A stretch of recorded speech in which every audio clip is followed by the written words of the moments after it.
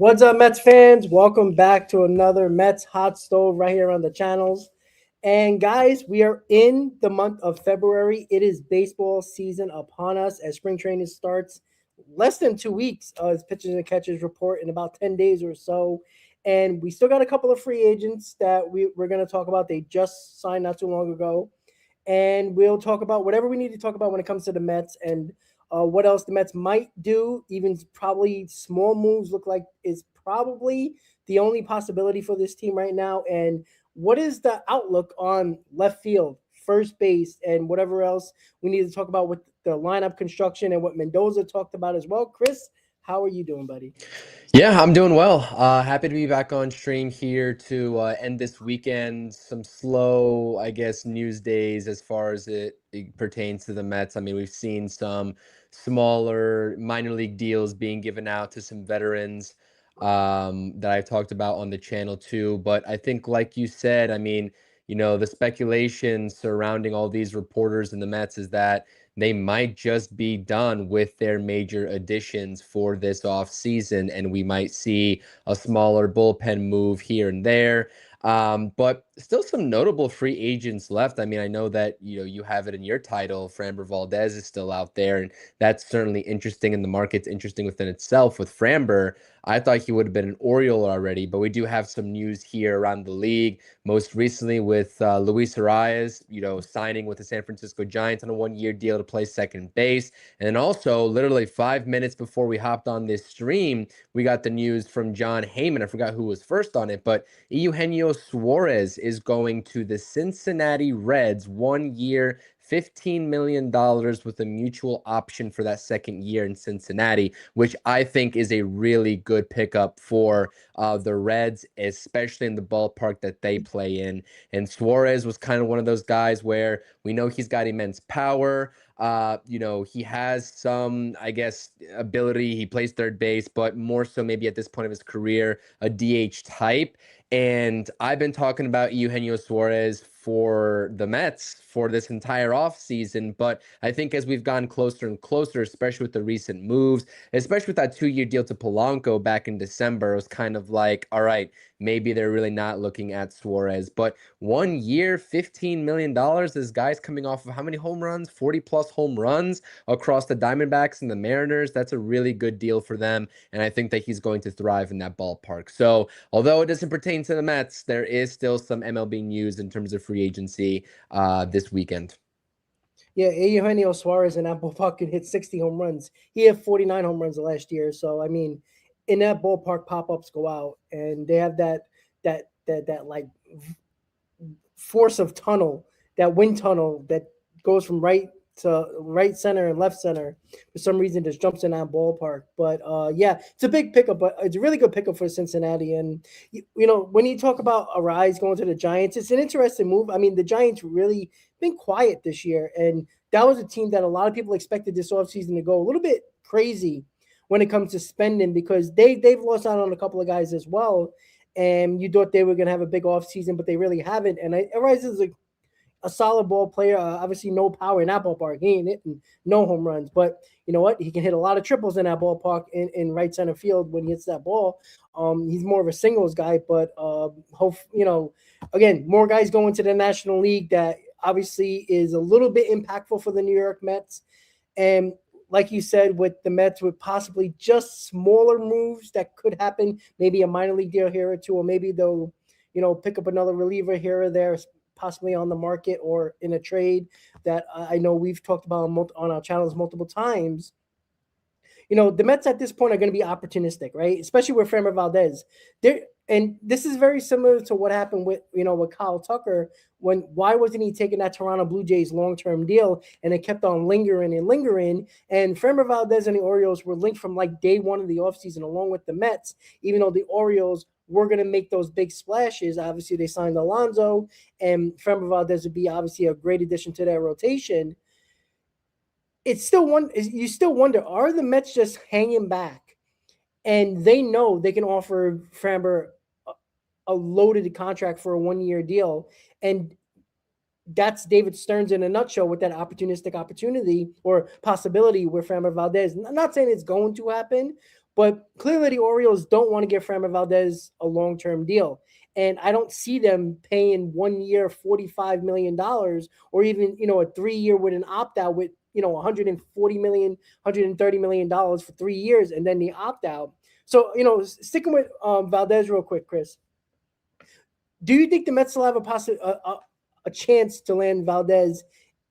And it seems like it's gonna linger into the spring training, and that would probably be the best time for the Mets to jump in. They did it with JD Martinez late in spring training. I know that's a totally different scenario, but what do you think that could be a possibility for the Mets? I would like to say, as Brad is saying in the chat, the longer Valdez is out there, the more likelier it seems that the Mets could kind of just be, lingering there and having that offer, whatever it is, out there to him. But I just can't see it happening, man. I really can't see it happening. Of course, if you bring in Valdez, we've been talking about the necessity of offloading a different pitcher in this rotation because you've got too many arms at this point. I mean, and I know that you don't like this. I don't think many people do like this, but the way that this rotation right now, it's going to be on a 6-man rotation. It's going to be every 6 days because Kodai Senga is going to be there. He's not going to be in the bullpen. Maybe you have a guy like Manaya in the bullpen, although I highly doubt it. The way that this is laid out in front of us is that this is going to be a 6-man rotation. And I would be all on board for the Mets just swooping in and taking Valdez away from the Orioles and then making a residual move of trading a guy like David Peterson for whatever sort of maybe bullpen or offensive upgrade from thereafter. But I just don't see any inclination from what we've been hearing about the Mets in these reports that they are going to be seriously entertaining that. So I think that I've seen the Orioles as the front runners. I thought he would have already been an Oriole, like I said to begin this stream. I think the rumors are out there. I'm not sure if it's confirmed or not, but that they have like some sort of 4 or 5 year offer out there for him. But he's waiting around like he's going to get a better offer. And all of these reporters are saying, nobody knows what he's trying to do here because he's not getting a better offer than Baltimore if he wants the years. Like Baltimore is going to do that for him, and not many other teams will. The Twins could be lingering around. I think they had the second best odds behind the Orioles to go ahead and land Framber Valdez. There's been some speculation about the Giants also with their recent addition in Arias that they could kind of go in there and swoop in for Valdez, which would make a little bit of sense to me. But with the Mets and this Framber Valdez discussion, I think that what we see in this rotation right now with the names that we have is what we're going to get, unfortunately, Rob, because I think that this rotation has the ability to be good, but it's just there's so many question marks even still with some of these guys and how they're going to perform and follow up 2025. You've got Freddie, you've got Nolan. That's a great 1-2 combo. David Peterson pitched the most innings he's ever pitched in his career last year. He fell off the face of the earth in the second half. Sean Manaea, how is he going to bounce back, from injury? We're going to get 2025 Manaea or 2024 Manaea. And then Clay Holmes year 2, is he going to take a step up? He had actually a nice year, did Clay Holmes. I'll give him credit for that. First year as a starter, but we need more out of him as well, especially pertaining to the length of the innings going into 5 1/3, 5 2/3, 6 innings pitched, and that goes for all of these guys too. Freddie, in his intro press conference, basically stated that he knows that it's his goal to pitch longer into baseball games. Not that he hasn't already, but that it's his goal to continue that. And that's what he's striving for, as well as his durability in producing that 170, 180 inning mark that he's done over the last handful of seasons. So with the rotation, I got to just guess right now with the best educated guess of what Salmon and all these guys are saying is that they're done adding to the rotation.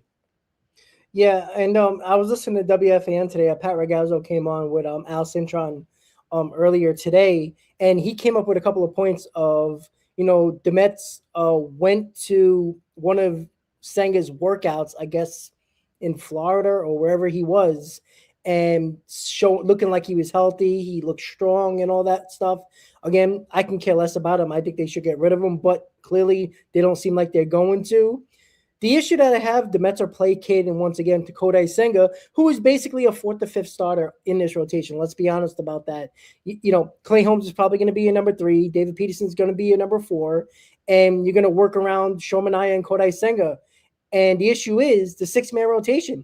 Your best pitcher now, who is Freddie Peralta, that you traded top prospects for, loves to pitch. And in his opening, when he talked to the media, he says he feels at his best when he pitches every 5th day. So how are you going to placate Kodai Senga with your ace and Freddie Peralta, who you traded for to be your ace, and now you're placating a guy who is hanging on by a thread in this rotation? And Brad brought this up in a comment as well, and that's what I was thinking. I don't like it. I really don't. This is another David Stearns situation that he put himself into yet again, where he didn't think there's any value for Kodai Senga, which I still find that hard to believe. If you're going to pay someone that salary, you can get somebody to pick up Kodai Senga. David Stearns just don't want to do it. He rather keep a guy just because you can't get value on the market. Not saying it's a bad thing, but I honestly think Kodai Senga is going to be a problem once again in this rotation.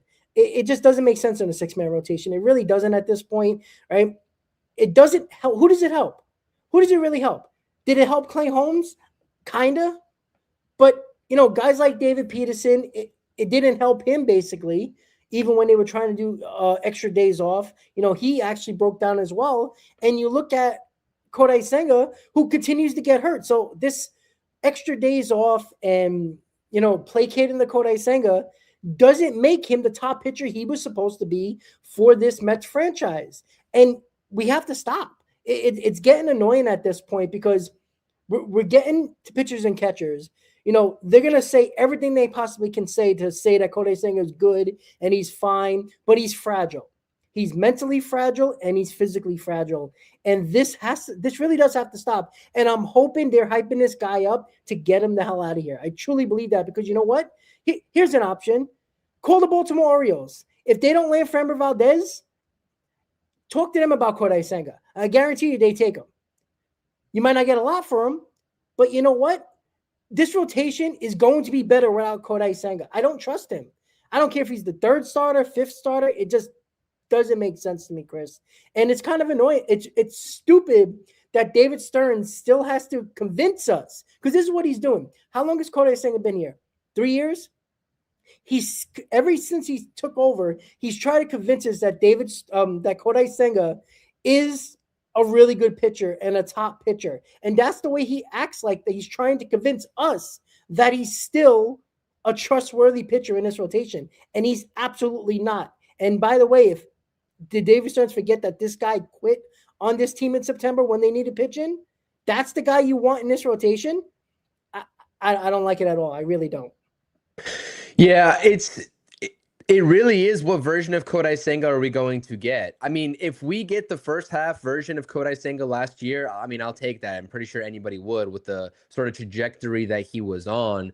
But, one thing goes wrong for Senga, and he's not going to push through any injuries. Not that anybody would expect him to, but, even when he's coming back, what did he do? He went down to Florida. He complained about the heat. He didn't feel right, which good on him, because you don't want to come up and throw 93 and get absolutely shelled when your team needs you. But on the flip side of the coin, it's like your team needed you. You know what I mean? And you're not here. Yeah, so that's that. So it's really the version that we're going to get from Kodai Senga. But the injury history speaks for itself, Rob, and I agree with you in this aspect. It's a very huge risk. Like, this is where I put this Mets rotation, honestly. And this is the same thing towards the bottom of the lineup with a guy like, Vientos or Francisco Alvarez, etc. If these guys are going to perform to their utmost capability, this is a good squad. This is a really good squad. And this rotation is going to be more than good. But that's relying on the factors of what I just mentioned, with Kodai Senga keeping his health, because he starts off the season, he feels good, right? Like last year, he felt good. We had no complaints. Maybe we were finally going to get a healthy Kodai Senga that we saw in 2023, and then the Pete Alonso errant throw. And then we didn't get the same version. Like, we did not get Kodai Senga before that injury, because once that happens to him, it's like a mountain to climb for him to get back to what he was. And that's the unfortunate, and that's also just probably due to his age too. I would have to imagine this guy's not getting any younger. Let's make no mistake about that. But Kodai Senga, and really for me, Sean Manaea. Peterson, I can see maybe, with his offseason regimen, being a little bit more durable, understanding that he kind of fell off when he was getting to the 140, 150, 160 inning mark. But for me, I'm looking at Kodai Senga and Sean Manaea in particular. Sean Manaea decided to forego the surgery to clean up the loose bodies in the elbow. I'm not saying that's going to be a big issue, but if you do that, you are telling the organization, you are telling fans that you are good to go. So any hiccup along the road here in spring training and the beginning of the season, if he goes down with any sort of injury, it's going to be like, oh no, here we go again. And that's just the way I feel about this rotation. At its maximum, I could see them being a powerhouse unit and really propelling this team to the playoffs and beyond. At its worst, we're going to have a disasterful 2025-esque rotation moving forward if these guys don't pick up the slack. But of course, as the Pobo and a guy that's building this team, you're naturally going to lean toward the tendency of these guys are going to figure it out eventually. And I would have to imagine if David Stearns has these guys around even still, if he really wanted Senga off this team, I would imagine no matter what return he was going to get, he would have made that move.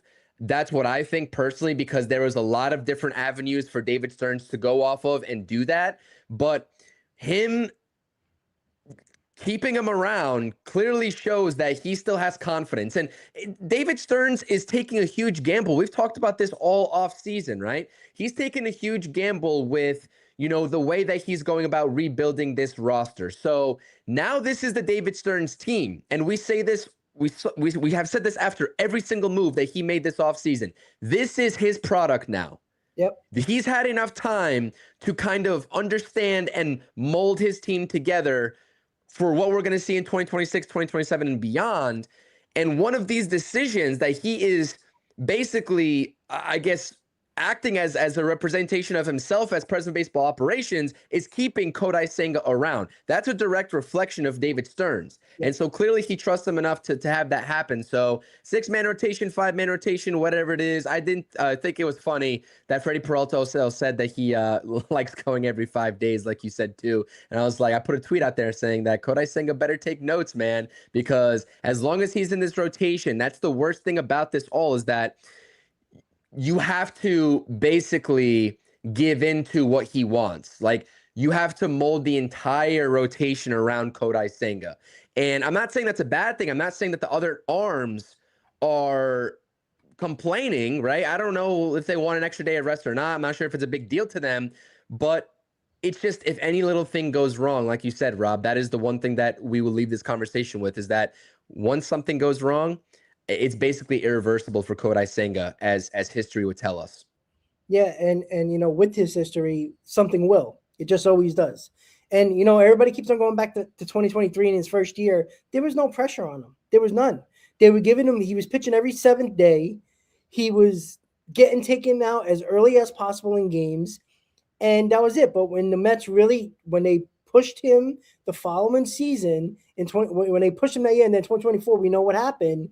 You seen the type of pitcher he became. And he was great in the beginning of the year, but he has not pulled a full season together since 2023.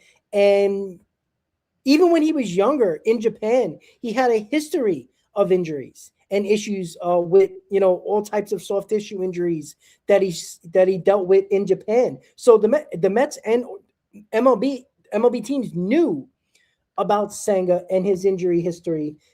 So it shouldn't be a surprise, but at this point, I think the Mets are going to do a 5-man rotation. And if Kodai Senga can't figure it out, well, you figure it out. You want to pitch him every now and then. You got back-to-back. If you have like a 10-game stretch and you want to pitch him once in those 10-game stretch, he loves days off. So let him pitch once a week, once every 10 days. I mean, I just don't understand why you're going to placate him when he's basically going to be a back-end rotation guy at this point. And a lot of people are talking about Senga and Manaea basically fighting for a job. A $25 million man, another Stearns prodigy, and Kodai Senga, who's not making a lot of money, but was supposed to, according to David Stearns, like last year, he was going to be our ace. So, or at least top in our rotation. So, it's funny you said that, this is Stearns' team. Last year, it was his bullpen and his rotation that he put together. The lineup was still not his product for the most part. And the bullpen and the rotation started to mold into what he wanted, and it was a complete disaster. So, again, well, the bullpen was good until the rotation fell apart. Sure. Basically. Yeah. Well, of course. I mean, the bullpen doesn't stay good unless the rotation is solid. At least pretty good. The rotation is almost a reflection of what the bullpen outcome is probably going to be, because you can't overuse a bullpen. You overuse a bullpen, you're going to run into trouble. I'm not talking about April or early May when you're giving guys, taking guys out early to protect their innings as rotation guys. But we also, I don't have to remind anybody, but it's going to be interesting because this is David Stearns' baby right now. And listen, he better get it right. Because I tell you right now, you think Mendoza's, if it's a bad season, Mendoza's getting fired because David Stearns needs a scapegoat. And the chopping block is next on David Stearns' neck. That's basically what's going to happen. And I don't think, because I don't think Steve Cohen is going to be as patient as everybody believes. He loves David Stearns. He waited for David Stearns, but you can't go have a back-to-back season where you have over a $350 million payroll and you're going to miss the playoffs. That's a disaster. And somebody needs to be held responsible. And if it's only Mendoza, it's kind of stupid. But we'll see. It's going to be let's project this out, though. And by the way, great comment here from Mets fan 123. Thank you for the super chat as well, stating that think that they're giving Senga one last chance until the deadline, because that's a very realistic possibility too. Okay. Because you've got Jonah Tong, who's going to be starting off the season, I would assume, in AAA. And I think that they will not even hesitate to make that call up or put Tobias Myers into the rotation for the time being if Kodai Senga doesn't perform or if he gets injured yet again. So, just see what version, as I mentioned before, of Senga you're going to get for the first half. Is it a good one? Is it the one that we all are questioning right now? And then make a move accordingly. And even if he does well, I'm sure that also boosts his trade value. And so if the Mets believe enough in Jonah Tong, I think they would just keep him at that point if he's doing well in the first half of the season. But if he builds his trade value, that's just another arm that David Stearns can wheel and deal at the trade deadline too for a team that really needs a rotation starter. But you can never have too many arms in the rotation, as we all know, with the injuries that stockpile and accumulate. And I think at that point, that'd be a lot of pressure to put on Jonah Tong. And it really is about how Jonah Tong develops and how he comes back from last season and some of the shakiness that we saw from him. But let's project this out, right? The rotation. We've got Freddie, we've got Nolan, and who would you put as your number 3? Because I made a little bit of a rotation projection, and I put Peterson as my number 3, but a lot of people were disagreeing with that. How would you make the rotation from like 3 all the way to 6? Well, the reason why I think I agree with you with David Peterson is because of the left-hander in that rotation. I don't think they want 3, 4 right-handers in a row and then David Peterson. Because you do have Mania, obviously, but we don't know if Mania is going to be in this rotation, right? We really don't know. And I mean, I think they would love to have Peterson and Mania in this rotation to split up the righties, but again, these are back end rotation guys. That's the unfortunate part with the Mets rotation right now on the back end. So yeah, obviously Peralta, McLean. I think they're going to put Peterson 3 only because of just to break up the righties a little bit, and Clay Holmes 4, and then who knows what the 5th man, if they go to a 6th man, who knows? Mania Senga then at that point. Yeah, I mean, honestly, I would just put Myers in the rotation. Yeah. But so then who are you putting in the bullpen? Mania or? I'm saying that's why Myers is going to go into the bullpen because it doesn't seem like they're going to make any more moves. And he's that Swiss Army knife. He's like the long man in that bullpen that they can use. So, yeah, I mean, I guess you have to put David Peterson 3. But again, look, I always said that you need two top starters in your rotation, because then you can play around with your 3-4-5. You can get by on guys like Peterson, Minaya, Senga, or whoever else you want to talk about.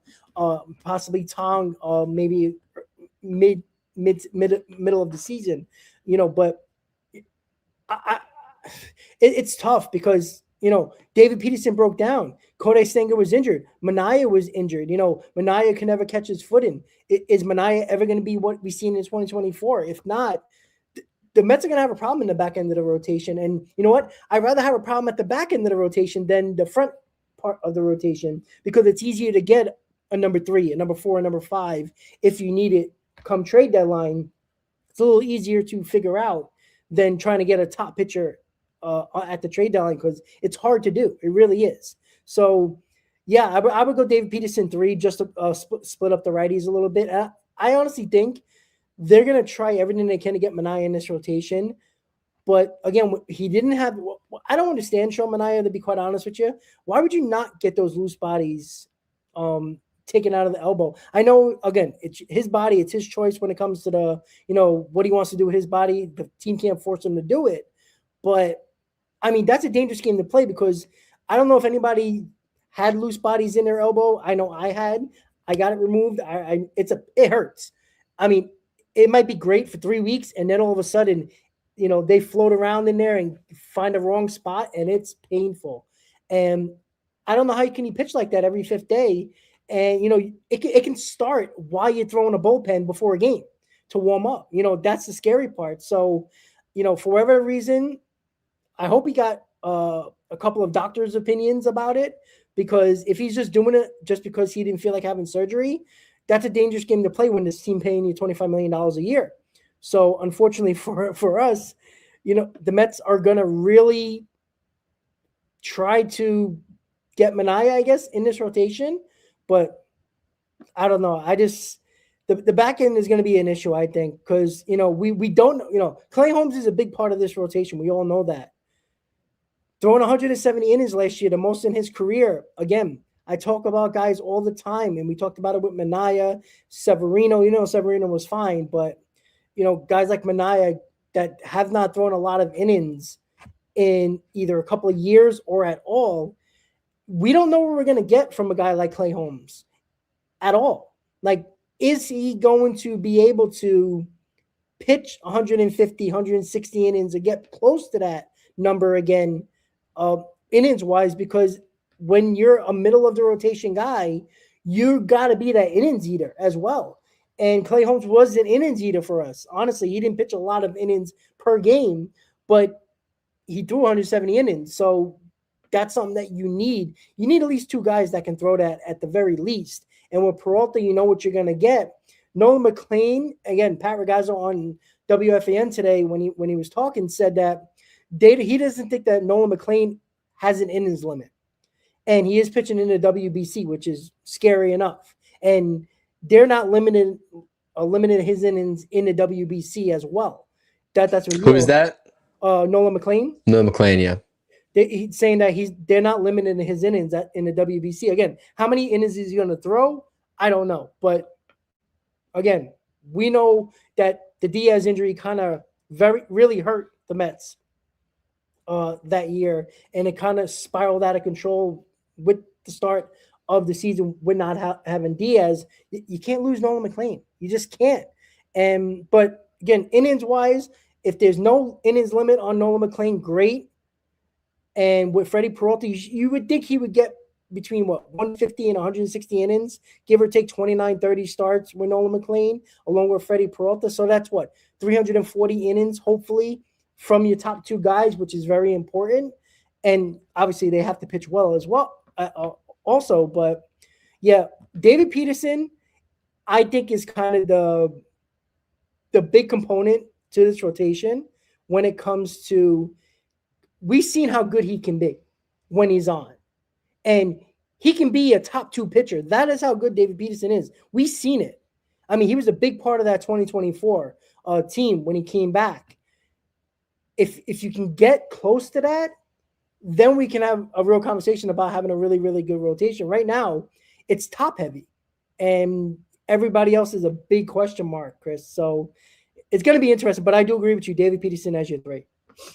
Yeah, yeah, I think it's the two lefties for me too. I mean, Senga, as I mentioned, he's going to be very integral and important part of the success, but also it's just, Peterson, is he going to be able to produce that day in and day out over the course of 162 and not fall off in August time?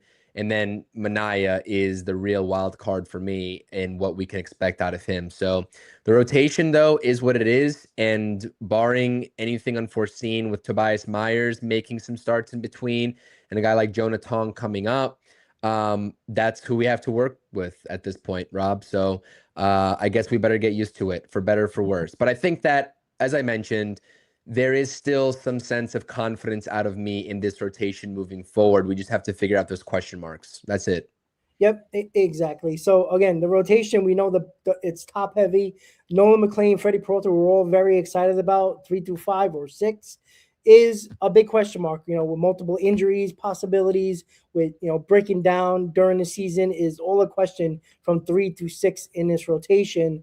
And that's something that, we're going to have to live and die with, like Chris said. And, hopefully the top 2 guys can carry this team up until the deadline, and then you can make your move to get another starting pitcher in here that's worth getting at the deadline. So the next big question mark is left field. Left field is something that, Cody Bellinger, Kyle Tucker, and then it was nobody. It was another infielder in Bo Bichette, and this is where the Mets are right now, Chris, with left Austin field. Hayes, who signed, we forgot in the whole Yeah, spiel at the the front White Sox. end here. He went to the White Sox. So that was the guy that I was eyeing because Yep. now you're going to be stuck with, not saying stuck, in a negative sense, but let's be honest, we don't know what Brett Beatty's going to produce out there in left field. It's a very big adjustment for infielders to go out there, especially with first step reads, back on baseballs and not having the tendency to move forward and get burned with a line drive over your head. So, yeah, we'll see. Carson Bench, I'm just hoping he tears it up in spring training to give No, David Stearns no excuses to not put him on this roster. yeah, and we all heard Brandon Nimmo. Brandon Nimmo says it's harder to play left field than center field at City Field. It's not an easy left field to play at City Field. The wind direction, that's the one area where there's a wind tunnel by left field that the ball jumps out of nowhere and you're not expecting it. And Nimmo lost enough balls over his head over the last couple of when he was playing left field for a year and a half. That is something that I don't know that Brett Beatty can do. And for everybody that only cares about the bat, defense can kill you. Defense can really kill you. And I don't want to see Brett Beatty go out there worrying about playing left field, playing angles, and what does he have to do to play a good left field. I need him to worry about his bat. Again, Brett Beatty lost his job because the Mets signed Bo Bichette. We all love the Bo Bichette signing. We love the quick pivot by Stearns, but it took the job away from Brett Beatty. The same fans that were bitching and moaning about Brett Beatty being on this team last year are the same ones complaining, oh, how can you trade Brett Beatty? As I did a video the other day in regards to why is Brett Beatty not used as an asset at this point when all we're talking about here is DH and platoon, platoon and DH, platoon in left field, platoon in first base. Chris, what word do we hate the most in the baseball language? Platoon, right? The Mets can't figure out a goddamn DH to save their life. Since it's been implemented, they've had one of the worst offensive DH numbers in baseball, since it's been implemented in the National League. That's a joke. That is a joke. So let's platoon DH. Why the hell not, right? Because it's worked so well for the New York Mets. Left field platoon. We have to hope that Carson Bench, like you said, Chris, take that big step in spring training. I hope he does. And what does that do? And look, we all want Carson Bench to succeed. If Carson Bench blows up in spring training, he's going to be our left fielder. Great. So now that 500 at bats that Brett Beatty supposedly is going to get in the stratosphere of the season that David Stearns is talking about, that ain't happening. Everybody just assumes, oh, we can just give 500 at bats to Beatty, 500 at bats to Vientos, Polanco. Where? Unless these guys are starting every day, they're losing at bats. And that's why I hate the platoon. If you're gonna put Polanco at first base, put him at first base. If you're gonna DH Vientos, DH Vientos. Somebody's got to sit on the bench. And I've said this for a while, Chris, and I'll say it again. Brett Beatty isn't made for the bench. We've been there. It hasn't worked. Same thing goes for Mark Vientos when he lost his job last year. They tried to play him sporadically. He was terrible. These guys need to play every day. And this whole platoon nonsense doesn't make them play every day. Because guess what's going to happen, Chris? We all know what's going to happen. Somebody's going to be hot as a DH or wherever they're platooning. They're going to stay in the lineup. Same thing goes for the other position. They're going to be hot. Guess who's sitting on the bench? The guy that should be playing and should be getting at bats, but can't get it because the positions that he does play, these guys are hot. So he's going to sit down for 3-4 days, maybe get a couple of pinch hit appearances, defensive replacement possibilities, but he's going to go into games cold. And that has been the major issue with the New York Mets in their platooning situation. And now they could possibly be platooning in 3 positions in their lineup: left field, first base, and DH. That is a lot of platooning for 3 guys that all, well, at least with Vientos and Beatty, have lost their jobs in back-to-back years. And Polanco, who is a guy who plays every day as a veteran, you're going to sit him too to play Beatty and Vientos? It's stupid, to be quite honest with you. It doesn't make sense. Which is why that's the exact reason why this whole entire offseason, when we got Polanco, and definitely when we got Bichette, I mean, almost certainly when we got Bichette, I was saying it would be in the Mets' best interest if they really do have Carson Bench on their minds for opening day to go ahead and deal one of these guys. I don't care who it is. I know that Mets fans are very split on Beatty and Vientos. I could care less. One of these guys has enough value to get something worthwhile in return. Beatty probably has, with his positional flexibility, the better trade value at this point. I'm not going to discount Mark Vientos and the hitter that he was in 2024. And you take a look at the side-by-side comparisons, Vientos had a god-awful season in 2025, and his numbers were still eerily close to Brett Beatty's numbers, who had the best season of his career. I know the OPS and the average were kind of a little bit, off, but you talk about the home runs, 17 for Vientos, 18 for Beatty. The doubles, Vientos cleared Beatty in. I'm not saying Vientos is the better player. I like Brett Beatty a lot. I think both these guys will be good. It's just that, if Benj is your left fielder, these guys aren't playing every day. And I don't need to see a platoon. I don't need to see Vientos on the bench. I don't need to see Brett Beatty on the bench. These guys are everyday players, or at least they should be, with the way the Mets have been treating them over the past couple of seasons and giving them all these opportunities left and right. And so that's what doesn't make sense. But now I'm thinking that no matter what happens, because I think we can all agree, if Carson Bench goes out there and smokes the baseball, plays an exceptional outfield in spring training, it would be a horrendous look for the Mets to send him to AAA to start the season. I think that would be a massive mistake. But I can still see them doing it because that would give Vientos and Beatty an everyday shot alongside Polanco come opening day for at least a couple of weeks of the season. Polanco will probably be your first baseman, Vientos will be your DH, and then Brett Beatty in this experiment out there in left field is going to be your everyday left fielder in that scenario. And that's just still a lot of question marks to me. Polanco at first base, how is he going to fare there? Beatty in left field, how is he going to do there? We've already got to worry about Bichette playing third base. It could be a smooth transition for him. It could not be. We don't know. So that's what I'm kind of wondering right now. But the one thing about it is we all know the service time manipulation, Rob. We know that teams love to do this, and they will continue to do this as long as it prolongs these players' free agency date on the back end to save them that 1 year, right?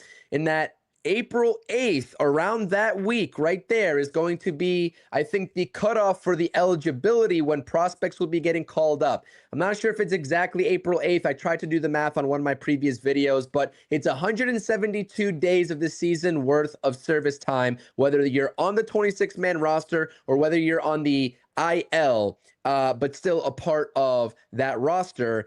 It's one of those things where these teams don't play around about the controllability of the prospects. And I just don't think that they're going to try to lose that year on Carson Bench. Now, Mhm. we've seen the Mets, I guess, kind of be split in that aspect and, prospects prior, but if Beatty and Vientos are still both on this roster, I think that we both agree at this point that a trade of either of these guys right now is highly unlikely to end the offseason based off of what Will Salmon was saying. There is no room on this roster for Carson Bench. There's not. You're Yeah, not going to call him up, and make him part of the opening day major league roster if you're going to be putting him on the bench. So that's just, you might as well just start him off in AAA at that point and save the service time. You know what I'm saying? like And so that just doesn't, like, that merry-go-round of platooning and positional working there at first base, DH, left field also doesn't make sense. So going into spring training, are you really giving Carson Bench the opportunity to prove himself to be on the major league roster? Or are you just saying that to blow smoke up our asses and then, send him back down to AAA no matter what happens? So that's what I don't understand. And that's something that we will see moving forward. I hope Carson Bench goes out there and tears the cover off the baseball. And I hope he forces David Stern's hand, because I think that he's that good of a prospect, an all fields hitter, has some pop, good defender. But in that scenario, Rob, I think Vientos is going to be on your bench. I think well, Vientos is going to be on your bench. that's the thing with David Stearns. He doesn't look at it from the baseball everyday perspective. He looks at it on paper, how it just makes sense that you can get 500 at bats for everybody. But those 500 at bats, some of them might not matter because you're bringing them up, maybe 100 and something at bats in situations where these guys are cold. And that's why I just don't understand it. Like, and you make a great point, right? Why, they were trying to get, like, if they love Carson Bench so much, why were you trying to get Tucker? Why were you trying to go after Cody Bellinger? Why? When you already have Beatty on this roster and you said you were going to use him as a utility guy once you got Bo Bichette or after you got Bo Bichette, right? It just didn't make sense. That's where we talked about it so much last year, that the roster construction was so badly put together because there was too many guys sitting on the benches, and all you do as a president of baseball ops is screw your manager in the game-to-game, everyday game decisions, where he has to set up a lineup and he has to worry about giving guys at bats instead of worrying about putting the best guy in the lineup every day. That's, if you looked at what Mendoza did last year, was the dumbest thing that he kept on doing. Was he was trying to play players that probably weren't playing well, but was trying to get at bats when he can, and sitting guys that were having good weeks. It made no sense. And do I blame Mendoza? No, because he probably has Stearns in his ear saying, "Hey, you got to play these guys." But again, Stearns plays the analytical game. He puts the game on paper. It doesn't work out like that. We all look at the team on paper, the lineup on paper, the rotation, the bullpen, and it looks gorgeous. It looks beautiful. Nothing can go wrong. But we know how it goes. There is no way that if Carson Bench makes this team, that Beatty, Vientos, and Polanco are going to get 500 at-bats, because it's just hard to do it. It really is. Because you can't put guys that have not played in games because you got to get them at bats just because you have to, which I think it's bullshit. This is why I want veterans on the bench, because veterans know their roles. Jose Iglesias, when they got him, he knew his role. With injuries and bad play, he was able to start every day. But this is why I don't want young kids, guys that were top prospects in their system. You're going to sit them on the bench and make them platoon players. Like, Beatty won the job. You took his job away, and now you tell him to sit on the bench and hopefully play and get 500 at-bats. Vientos, the same thing. Like, it's just stupid. Like, are you going to give playing time to Vientos and Beatty over Polanco? No. You just gave him a contract. You gave him a 2-year deal. You're not sitting Polanco. Yeah, he's injury prone. Sure. Yeah, you can DH him here and there. So that means Polanco is still going to be in the lineup, which, again, take somebody out of the lineup regardless. That's why it doesn't make sense. It could be Simeon. I mean, it could be Simeon as the odd man out if you shift Brett Beatty over to second base, or Okay, maybe yes, even but Bo Bichette. what if Simeon plays well? You know what I'm saying? If these No, guys I play agree. well, nobody's sitting. I agree. That's the problem. That's what I'm saying. Like, talking about platoons and getting 500 at bats for everybody, you're basically hoping for guys to not have play well, because that's how you get guys at bats. And and the trickle down effect here too is that this heavily impacts Ronnie Mauricio, and any playing time that he was hoping for is basically out the window. If you got Vientos and Beatty and one of those guys maybe even being on the bench, I think Ronnie could be starting off in AAA too, depending on how the rest of this bench looks like. So and 2 years ago, he was supposed to be out starting their basement before he got hurt in the Dominican Winter League. exactly. Right. So again, this is why, when we look at value of players or top prospects that were once top prospects, all you're doing is hurting their value. So when you try to trade them, you can't. Like Vientos seemed like he was untradeable. The White Sox didn't want Vientos at that time at the trade deadline. And all of a sudden this year, Stearns didn't want to give up Vientos for Luis Robert Jr. and ended up being Acuna. That's the other thing. A guy like Mauricio, who has a ton of talent, is a guy that's not going to get playing time over Beatty or Vientos. He's a switch hitter. He shows he has power. He's got speed. He does have a good glove. He's an all-around player, at least, in the eyes of a 5-tool player.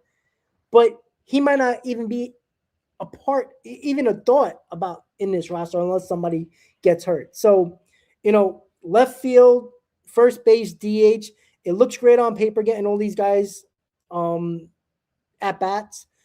Again, Carson Bench doesn't make the team, it solves your problem, right? Left field, Brett Beatty, DH, Vientos, Polanco, first base. Great. But they better perform, because if they don't, and Carson Bench shows that he's not ready, well, the Mets are in their world of shit. Because now you got positions that are a problem once again in the lineup, and now we're talking about a top-heavy lineup once again that the Mets can't afford to have, Chris. And that's the other thing, too, because we're hoping on Brett Beatty, we're hoping on Mark Vientos, we're hoping on Polanco. Let's say Benj doesn't make the team. That is your lineup, right? Left field, Beatty, DH, Vientos, Polanco, first base. They also got to hit, because what do you do if they don't? There's what options? Tyrone Taylor in left field? Does that excite anybody? No. Right? Is Mauricio going to get an opportunity over Vientos or Beatty? Right? Beatty and Vientos, they don't have no minor league options. So what do? Does Beatty have one maybe? Vientos, I don't believe, has any. Let me check that. Because that's another important part. We know David Stearns, has a direct train going back and forth to the minors and the majors. So, that's But important. I mean, I see someone's comment here. Blade saying Ronnie still might be a stud. We'll never know, though. We'll never know, because he's not going to get the playing time in order to prove that he is. And I think that's the roundabout conversation that we're trying to have right here, is that you just won't ever see and realize the full potential of these guys if you're giving them half the at-bats that they should be getting. And that's what Rob is saying about Vientos and Beatty. That's what I'm saying about Ronnie Mauricio. And it's just kind of a moot point at that point when you have this much depth. Depth is never a bad thing. Let's make no mistake about it. But a lot of depth should be coming from veteran presence. Like you said, these young guys either need to be playing or need to be traded to go ahead and backfill the rest of your roster and shore up the other parts that are a little bit, I guess, messy right now. And so that's just not making sense. Instead, the New York Mets depth is youthful talent that are trying to find any sort of playing time. And one thing we know about young talent, historically speaking, especially with the Mets in recent years, is that inconsistent playing time is not the best formula to get the best out of them production-wise. So that's something that we need to be just conscious of moving forward. And David, again, I'm sorry. No, go ahead. I'm still looking at this Vientos Beatty thing. David Stearns, the guy who talked all offseason about young players, signed Polanco, traded for Simeon, and brought in Bro Bichette, veteran guys. So, again, that's why when he talks, I don't listen to him, because he talks a bunch of bullshit.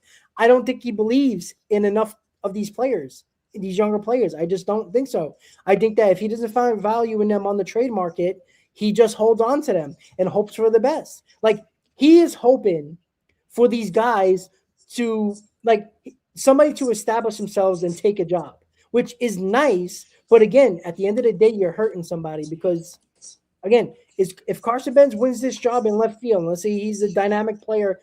You don't have to be dynamic, but he looks really good in spring. He's your starting left fielder. It's going to be very interesting to see what the Mets are going to do with Brett Beatty and Mark Vientos because at first base is going to be Polanco Gaggers. Beatty has one option. Vientos has none remaining. Again, that is a huge problem for David Stearns. It really is because you could send Brett Beatty down one more time. Wonderful.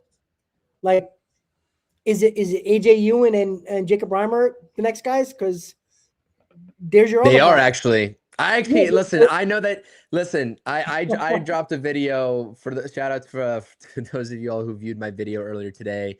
I wanted to release that video, just talk about prospects. Like I know we are a little bit delayed in making this stream and going live here. We had some technical difficulties beforehand, but I talked about AJ Ewing and Jacob Reimer. I talked about prospects like Ryan Clifford coming up too. And the crazy thing about this roster is that we're talking about all these veterans, but you're talking about a situation where David Stearns really could be relying on these guys coming up, like Ewing and Reimer in the next couple of years, because Marcus Semien is here for what, 3 years guaranteed. I guarantee you that last year of his deal, he's going to be a bench guy. He's not going to be starting on this team. Polanco's only going to be here for 2 years. Bichette is only guaranteed 1 year, and then he can opt out. So we could be doing this all over again, and we could be talking about even more prospects coming up and taking major league spots next season. And maybe that's what David Stearns wants. Maybe that's what he's been hoping for all along. Don't commit any long-term money because he likes a guy like Jacob Reimer, who's a very good prospect, by the way. I think he's the most underrated prospect in the Mets farm system right now that is not garnering as much hype as he should. He reminds me a lot of Brett Beatty. I'm not going to lie to you. He reminds me a lot of Brett Beatty with the type of hitter and the command of the zone that he has. But it's just it's that we're talking about a team that should be contending, and we're worrying about prospects that are supposed to be coming up next season, year after that. And it's just like, we hope that this merry-go-round is going to work in 2026 because our eyes should be laser focused here. I think David Stearns, in my personal opinion, has built this roster looking in both directions, looking at the near term right here in 2026, while also leaving room, which every GM is doing. Let's make no mistake about it, but not to this magnitude. We don't see teams that are going to be going over potentially a complete overhaul yet again, even with all these brand new faces, Rob. So this is a very unique position that David Stearns has put this team in. It's a little bit of a gamble if I'm being completely honest, but I'm just hoping that it pays off because of all these question marks. I just get to the bottom line of all these question marks that this roster still has. I still think that the personnel that this team possesses with the names, they can do some serious damage. It's up to David Stearns and Carlos Mendoza to get a correct game plan down to address every single question that we are proposing that's going to happen and needs to be figured out in 2026. But they have the talent in order to figure it out. There just has to be the proper method to the madness. That's what I think. Yeah, it's a chess game with the lineup, and they got to figure it out because they didn't figure it out last year with the terrible roster construction, and the lineup never seemed to be figured out 5 through 9, and it cost the team a lot. And now it should be a deeper lineup, right? We talked about this. It should be a deeper lineup. A lot of guys especially at the top of the order, don't strike out a lot. That is a huge deal for this team that had many guys at the top of the order had 200 plus strikeouts during their seasons. Like these guys strike out 100 times, especially at the top of the order, 112, like very better than average with the lack of strikeouts, which is a good sign. And we talked about how many guys can hit 20 plus home runs. Obviously Lindor and Soto, those guys can hit more, but all through this lineup, guys can hit 20 plus home runs. That is something that the Mets did not have. They had nothing at the back end of this lineup. And, speaking of somebody that hasn't been talked about a lot, that's Francisco Alvarez. A guy that I think has one more shot to be considered a part of this team long term, because there is no way Francisco Alvarez gets another shot after this year. He's got to figure out a way to stay healthy. I know it's a lot of bad luck with his injuries. But you know what? Sometimes you got to make your own luck. I know it sucks as a catcher. It's hard to stay healthy. I understand that. But this is why I don't like top prospect catchers that are so overhyped, because these guys get beat up during the year. And when you're counting on him to be a big part of your offense, he's your catcher. These guys break down so much. And again, there was a video today on X that Alvarez was working out, taking some batting practice in the cages. Nice to see. But I have a tremendous amount of, questions in my mind about Francisco Alvarez. Do I think that he got better defensively last year when he finally figured it out in the minors? Yes. Is that thumb going to hold up? That poor thumb is so mangled at this point that is it going to hold up through an entire season, right? And we all know if that hand's a problem, his hitting's going to be a problem. He's got all the talent in the world. We know he has tremendous power. I'd like him to, not overswing all the time, which he started to do after he came back from the minors after an injury. He's got to be a guy. He's another key to this lineup that is a huge question mark. Another question mark. But Francisco Alvarez, do you think that this is probably his last opportunity to prove that, one, he can stay healthy, and two, he can be that at least close to that offensive talent that we were all expecting when he first came up? Yeah, maybe. What is he? I think he's going to be a free agent after the 2029 season, if I'm not mistaken. So that's still a lot of time there for them to figure something out. It's just that this position has just been a thorn in the Mets' sides for so long, man, this catching position. So, we were all really hype about Francisco Alvarez. I still have a lot of hope for him. And I think that he's actually, him and Robert Jr., if they can provide a spark offensively for the bottom of this lineup, this lineup is as deep as it gets, to be honest, in all of baseball, especially with Yeah. who you have hitting at the top. I get it that you sacrifice some power in letting Pete Alonso walk, and you got Bichette. Bichette's more of like a 20 home run guy, not really much beyond that. And Polanco, same thing, coming off 26 home runs, but he's not really a 25 plus home run guy every year. You got better with runners in scoring position at the 3 and 4 spots. That is not even a question of what Pete Alonso and Brandon Nimmo got you versus what you're going to get out of Bichette and Polanco should everybody stay healthy. But the bottom of this lineup, Francisco Alvarez is the key. And I think it's about, one, he has a tendency to pull off the baseball. I think we all understand that. But I think his pitch selection, just like Ronnie Mauricio, the same reason why Ronnie Mauricio was struggling, and Acuna for that matter, was that they were just swinging at garbage pitches, man. They were just swinging at garbage pitches, and they were trying to pull everything. And pulling baseballs is not bad, but when you try to do it all the damn time, you're going to roll over more often than not. And if you don't have the legs to beat out some of those dribblers, like we all know Francisco Alvarez doesn't have, then you're in for a world of hurt. So I hope he made some adjustments, and I hope that he sticks to those adjustments after he went down and got demoted, and then he came back up and started just tearing the cover off the baseball before another unfortunate injury. I hope that's the version that we get. As it pertains to this being his last opportunity, I don't know if I would go that far, just because I haven't taken a look at like any sort of like free agent catchers out there. There's not any catchers that are going to be coming up and making a difference for this Mets team anytime soon. So for me right now, I would probably say it's 2026 and probably even 2027 for Alvarez to get it together. But that timeline is just a little bit of a weird dynamic. So like, if it is his last chance, what direction do the Mets go in at the catching position? There's no prospect that's immediately going to backfill the shoes of Francisco Alvarez. And I mean, I can look up a quick free agent list, but I don't think that there's any notable catchers out there that'll truly make a difference if I'm not mistaken. So what would the Mets do? I just think that'd be too early to give up on a guy like that. But like you mentioned, if these injuries continue, then you're talking about a guy that is walking down the path of also being a future DH. And that's just not good news for him, really. So we'll see. I don't know if I would say 2026 is the end all be all though. Well, you know what?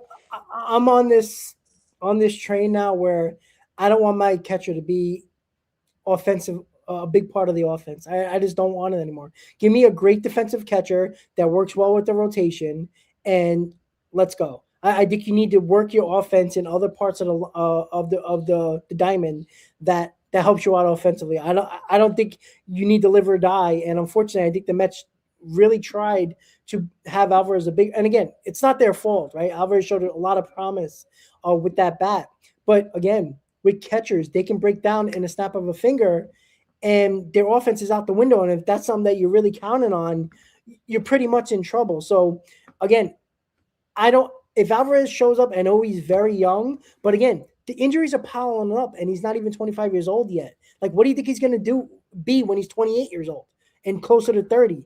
He's going to be broken down even more. So we have Luis Torrens, and I already said if Francisco Alvarez can't figure it out, I do not want Alvarez behind the plate. I just don't. Right? He was a problem for the New York Mets last year. Couldn't block balls, worried about framing way too much. It hurt his defensive game. Yes, he got better when he came back up, but he's the guy that, again, I forgot who said it in the comments. He has a low baseball IQ, right? He's a hard worker. We all know that, right? He tries to listen to what people are trying to tell him, the coaches and everything like that, but he doesn't have a high baseball IQ. And as a catcher who did have a good rapport with his rotation, but when you're constantly hurt, when you constantly mess up defensively, and you're not a good bat, you don't belong in this lineup. You just don't. And Luis Torrens, who is good with the rotation, who's a great defender, throws guys out with the best, probably one of the best in the league. You have to think about that, especially if this lineup is supposed to do with what we're all hoping them to do, right? A lot of clutch guys that don't strike out a lot, somewhat of a high average top of the lineup now. A lot of those guys in this lineup where we could see Luis Robert Jr. I think he's going to have a really good season. I don't think he's going to have 2023 season, but I think he's going to have a really good season. This is an opportunity for Francisco Alvarez to really show if he should be belonging on his team long term. Because yeah, I know he's not a free agent for a couple more years. He is a guy that I don't think the Mets see as a potential star anymore. I think they're hoping that it happens, but you can't live or die with a guy like that. If he becomes a really good defensive catcher and the bats whatever, I think they can deal with it. But you can't be counting on that bat right now. And the Mets are telling you they're not counting on that bat because they still have Beatty here. They still got Vientos here. They brought in, Bichette, Polanco, Simeon. In this lineup, they got Luis Robert Jr. They're not looking for Alvarez to be a big a part of this offense. If he becomes that guy, great. But their moves tell you that they're trying to get all the offense in this lineup as they possibly can with the additions they added. And Alvarez is kind of a guy that's going to be batting 7th or 8th in this lineup. Like that's a fact. And with his talent, he shouldn't be batting 7th or 8th. He should be between 4 and 6 in this lineup, or at least 4 and 5 in this lineup. But he's got to stay healthy and he's got to prove it. So Alvarez is another question mark that is all over this team right now. Even though I think, I don't know if it's just me, but do you feel like a lot of Met fans are kind of excited about this team, right? If you listen to MLB Network, all of a sudden, the Mets are one of the favorites to win the NL East. Like, people are picking the Mets to win the NL East. Like, that's something that's a little like, whoa. The Phillies are the champions of that. They had a weird offseason. We know the Braves are healthy, made a couple of good additions in their bullpen. And I feel like the Braves are going to be better than some people think because they're going to be healthy. I think the Phillies are going to have a down season. I think they're on the verge of just blowing up, to be quite honest with you, and going into oblivion, in my opinion. Like, they're basically running it back, and guys are getting older. Their outfield is absolutely garbage. There's big questions with Wheeler with his health right now. I think the Phillies are going to take a step back. I think it's between the Mets and the Braves winning this division. And it seems like it's excitement with Met fans about this team, even though there's question marks for sure. There seems to be, I'm not saying hope, and maybe we're just trying really hard to get a good team here because we desperately want it and need it. What is your feeling, Chris, around Met fans? Do you feel like they're more excited about this team than they were a month ago? It depends on what type of Mets fan you're talking about, because there are two types of Mets fans right now in the era of David Stearns. Are you a Stearns believer? Are you a Stearns truther? Or are you a Stearns non-believer? I think that's what it boils down to. Because I think with what I've seen, fans will go to great lengths if they don't like David Stearns to give this guy credit. And I've seen people say, you know, okay, we have a decent offseason on our hands, but these guys have to go out there and perform now. If they're not winning, the division, then what are we really celebrating for here? So, I do sense that if you are an objective fan and you genuinely can see the light at the end of the tunnel with some of these moves that have been made this offseason with David Stearns, then I think people are excited. I'm excited about this season. Do I think they win the NL East? Maybe. I think this is a playoff team for sure. We said this in 2025 though, so we have to be careful about that type of wording. But we said the same thing in 2025, didn't happen. But I think that on paper, this team definitely, like, things have to go just like they did in 2025. Things had to go very wrong for that team not to make the playoffs. And everything that needed to go very wrong did go very wrong. And I'm just hoping that's not the case here in 2026. This is a playoff roster. I agree with you. The Phillies, their window has closed, and if it hasn't closed yet, this is basically the year that it probably will close. This year or next year. They're running it back with Kyle Schwarber, who basically disappears when the playoffs start. He has monstrous regular seasons. JT Realmuto is only getting older and worse based off the offensive numbers. Is Zach Wheeler even in the equation for them in the first half of the season, given the injury that he sustained? I'm not even sure. They're not sure. I'm not even sure. So the Phillies, they better hope that they get healthy late in the season and they're able to stay afloat, because their pitching is that good to keep them afloat. But I just don't see that team, perpetual choke artists, by the way, in the playoffs, really making a difference to put themselves above and beyond the rest of the pack in the NL East. And the Braves, I do think they're going to have a good season. Unfortunately, I think they're going to be healthy. And as long as the injuries don't plague them again, I think they'll be right there alongside the Phillies and the Mets. But we can't discount, a team like the Marlins either, man. The Marlins were practically, the reason why the Mets didn't even make it to the postseason. Do you know what I mean? And so, yeah, it's going to be a very tough division. I'm looking forward to it, but there's no reason why this team shouldn't be a playoff team, Rob, with the way that it currently stands. I know we've been talking about all the question marks in the world, the defense, the starting rotation. What version are we going to get of these guys? These guys should be in the playoffs. No ifs, ands, or buts. And it would be a massive failure yet again if that doesn't happen. And it depends on the way that it doesn't happen. Like last year, we could point towards the rotation. They fell apart. The bullpen fell apart thereafter. The offense was abysmal in the first half before they finally started to heat up in the second half. I really hope they come out of the gate swinging, literally and figuratively, because that is going to make us fans forget about 2025 like it never even happened. But once you get a division lead, let's keep it this time. Let's keep it this time. Yeah, we have a tendency of choking it away. Yeah, I honestly think it is huge for the Mets to start off strong this year. Again, the fans, of course, we have to play Pittsburgh on opening day, the team we can never beat. And unfortunately, we watched it firsthand last year, Chris, in person, unfortunately, wasting our time and our money. We probably drank more beer than watched that game, I tell you. But 100%. but yeah, look, they got to start off strong, right? We all know Mendoza's on the hot seat. We know David Stearns.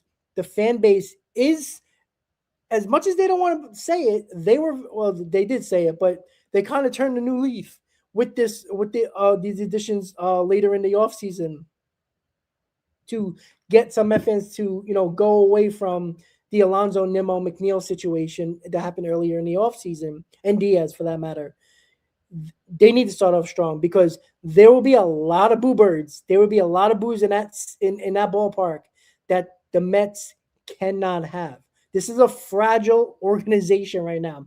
They have an owner going back at fans on X this offseason.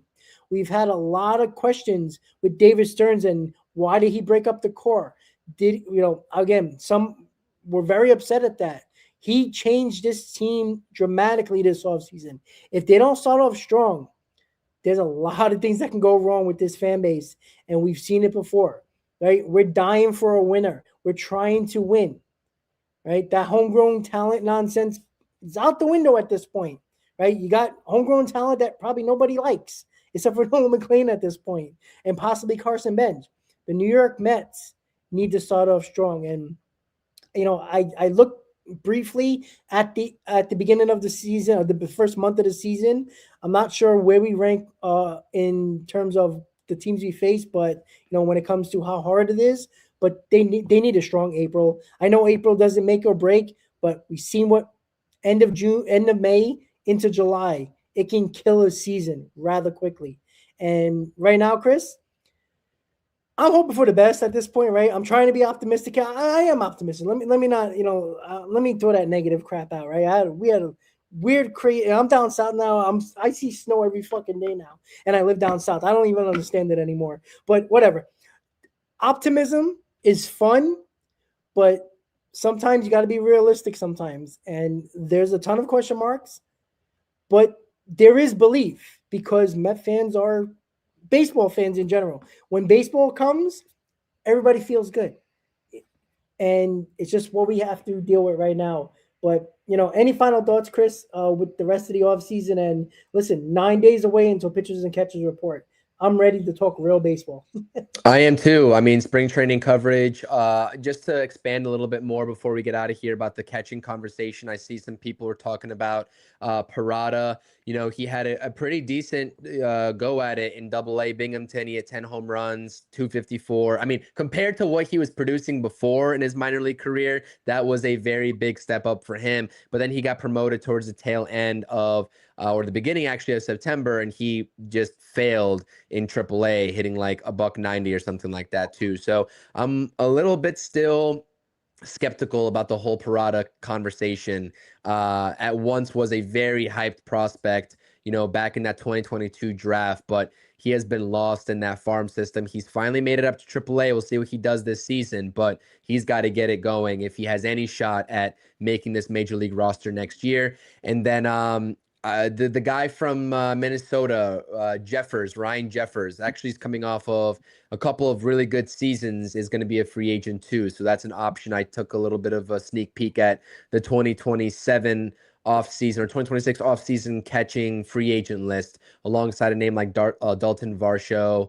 I don't think he caught any last year, but he can catch. Who cares? Whatever. I hope Alvarez puts this discussion behind us and really has a tremendous season through and through. I cannot wait to cover spring training. We'll be doing some of the post-game coverage as well for spring training, but really when it gets down to that game one, against the Pirates, Skeens versus Peralta, Oh, yeah. Citi Field. I cannot wait. I wish I could go to that game. Honestly, maybe I might just make the move to go to that game. I don't know. That's still very much up in the air if I can make that happen. But all I know is that I can't wait to get on this computer and talk about some post-game streams for our 2026 New York Mets. It should be an exciting season. And if you haven't subscribed to both channels already, make sure to go ahead and do so. We'll, have coverage for you all season long. This is not just an off-season thing, in season as well. So I appreciate it, and good stream. Even with the lack of news, Yep. there's still a lot to talk about with this roster. Yeah, absolutely. And hey, I got to drive up north when I'm going there for opening day. So if you need a pickup when I get to the DMV area, I'll let you know. But yeah, so listen, guys, it's February. It's the month of spring training. There'll probably be one, maybe two more hot stoves right before pitchers and catchers report, and then we go into baseball mode. We go into regular season mode, spring training mode. We'll do our post game shows for spring training, and we'll also do spring training reports probably weekly or twice a week, whatever, just to give us the rundown on younger players, everything that's going on in spring training throughout spring training for the first month and a half of spring training. And again, spring training stops because of the WBC. Was it March? It starts and all that fun stuff as well. So, that cuts short because of the WBC. So with that said, guys, thank you for tuning in to Mets Hot Stove, February 1st, 9 days until pitchers and catchers report. Thank you for watching, guys. Have a good night. Let's go Mets, and we'll see you next time, guys. Good night. Let's go Mets.